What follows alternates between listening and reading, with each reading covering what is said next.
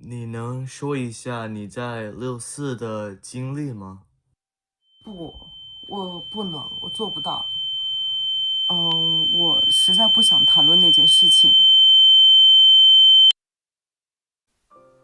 In 1989, the Chinese government's violent reaction to the revolutionary student-led movement at Tiananmen Square did more than suppress the protests. It entirely transformed the government, marking a pivotal turning point that established an unprecedented system of authoritarian rule, with the massacre's immediate impacts evolving into long-term reforms centered on censorship, surveillance, and propaganda designed to control information. But to truly understand the significance of this tragedy and its lasting impact on modern history, we must first examine the revolution that started it. On April 15, 1989, former General Secretary of the Chinese Communist Party Hu Yaobang passed away. This was a catalyst for the protests due to his reputation among the citizens. So he had a very good reputation among intellectuals for helping the recovery after the Cultural Revolution, which was from 1966 to 76, and also for being sort of a liberalizer, wanting to open up Chinese politics. I think a lot of the outpouring around his death was because people felt he had been mistreated. In the days following his death, thousands gathered in Tiananmen Square to mourn him. This quickly evolved into political discussions with students engaging in pro-democracy ideas that were rarely shared. Influenced by student leaders such as Wang, Chai Ling, and Wu Arkaisi, these discussions soon evolved into larger demonstrations. The government's response came soon after, with hardliners Li Peng and Deng Xiaoping issuing the April 26 editorial, labeling the demonstrations as turmoil. Protesters saw this as a direct attack, enraging them and heightening their efforts. By May, the protests had grown into a nationwide revolution. Hundreds of thousands of students, workers, and civilians united under a shared desire for political reform.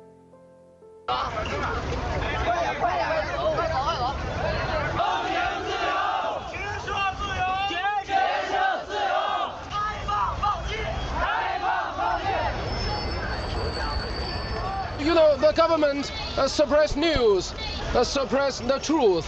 Of course, we are struggling for democracy, for science, for law. The square was a makeshift city, filled with tents, banners, posters, and leaflets as students camped out for weeks. For the first time in decades, the government's near total control over expression was threatened, prompting consideration of a forceful resolution. Reformist officials, including former CCP Premier Zhao Ziyang, advocated for peace, temporarily delaying the crackdown and jeopardizing Zhao's position. Finally, the students organized a hunger strike, prompting Zhao to deliver a speech urging them to end it, aware of its possible repercussions. However, he failed, with the strike escalating the protests to new heights. This was the tipping point for the government. Tensions were at an all-time high, and with the belief that the protests were becoming an increasing threat to its control, it declared martial law on May 20th, marking the first sign of its pivot toward authoritarian rule. Troops began rolling into the square to end the protests, but were temporarily halted by citizens who formed barricades and pleaded with them. For a brief moment, it seemed that violence could be avoided, but that hope would soon be shattered.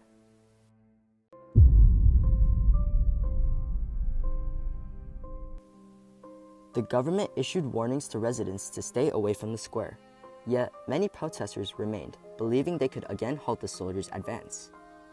But the soldiers pushed forward.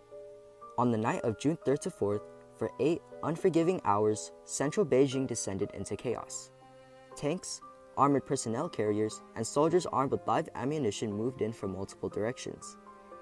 Residents tried to stop the troops, but the outcome was inevitable. The soldiers continued, firing into crowds. Gunfire echoed through the streets as piercing screams filled the darkness.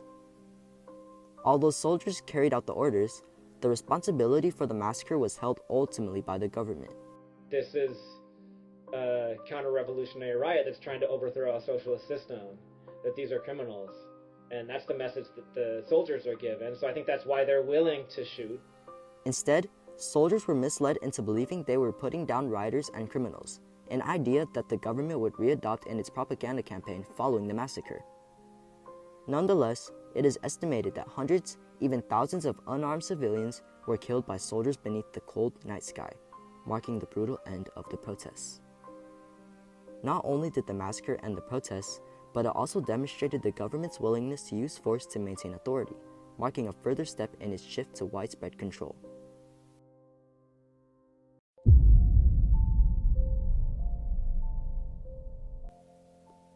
The crackdown was not the end of suppression for citizens, but the beginning.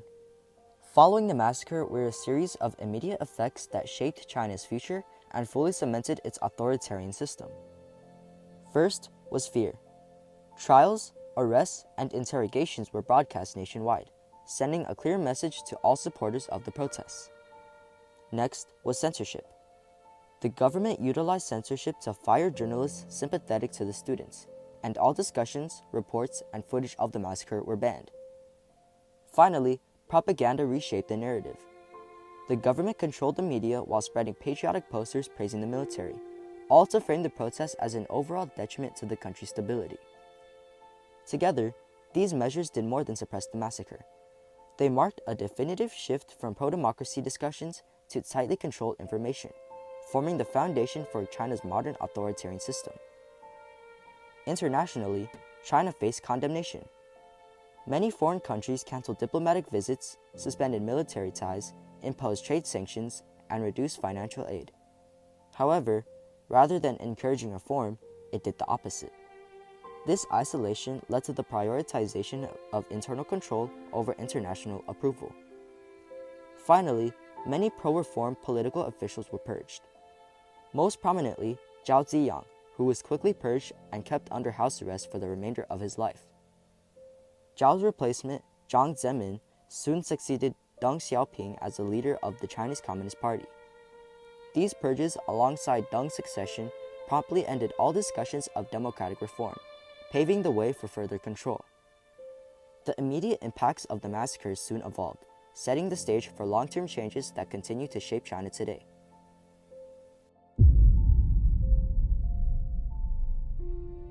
Some historians argued that the Tiananmen Square massacre was not a decisive turning point, claiming that China was already authoritarian due to its one-party system, as well as other repressive measures before Tiananmen. However, China in the late 80s is incomparable to China in the modern day. Reformist officials advocated for democratic reforms, and the government tolerated dissent to a degree incomprehensible today, demonstrating that at the time it didn't have absolute control. But after Tiananmen, that changed. What began as immediate repression in the aftermath of the massacre soon evolved into an unprecedented nationwide system of censorship. Today, the government censors not only the massacre, but also other sensitive pieces of information, most notably through the Great Firewall. Initiated in 1998 and managed by the Chinese government's Ministry of Public Security, it monitors, restricts, and controls the flow of information on the internet, leaving millions of young Chinese citizens oblivious to the massacre that occurred in the heart of Beijing. Because of these efforts, alongside punishments for discussing it in public, the massacre has become a taboo. Those who carry its memories are forced to share their stories privately, creating silent dissidents who fear speaking out, revealing the nature of China's authoritarian system and its lasting effect on citizens. The authoritarian system cemented by the Tiananmen crackdown is also evident in how the government deals with protests today. In 2013, authorities in Chengdu prevented a protest before it began, altering the calendar and stationing countless police officers. Unlike the Tiananmen protests, when hesitation allowed for weeks of protests, dissent is now immediately suppressed, reflecting a complete shift to repression. The significance of the student-led protests in Tiananmen Square lies not only in the lives lost, but also in the precedent set afterward. What began as a violent crackdown marked a decisive moment, solidifying the authoritarian system that defines and continues to shape modern-day China's social sphere. In the decades since, millions remain silenced, and the massacre has been effectively erased from public memory, leaving only a fragile awareness of what occurred, demonstrating the lasting legacy of Tiananmen and how it continues to reshape society today.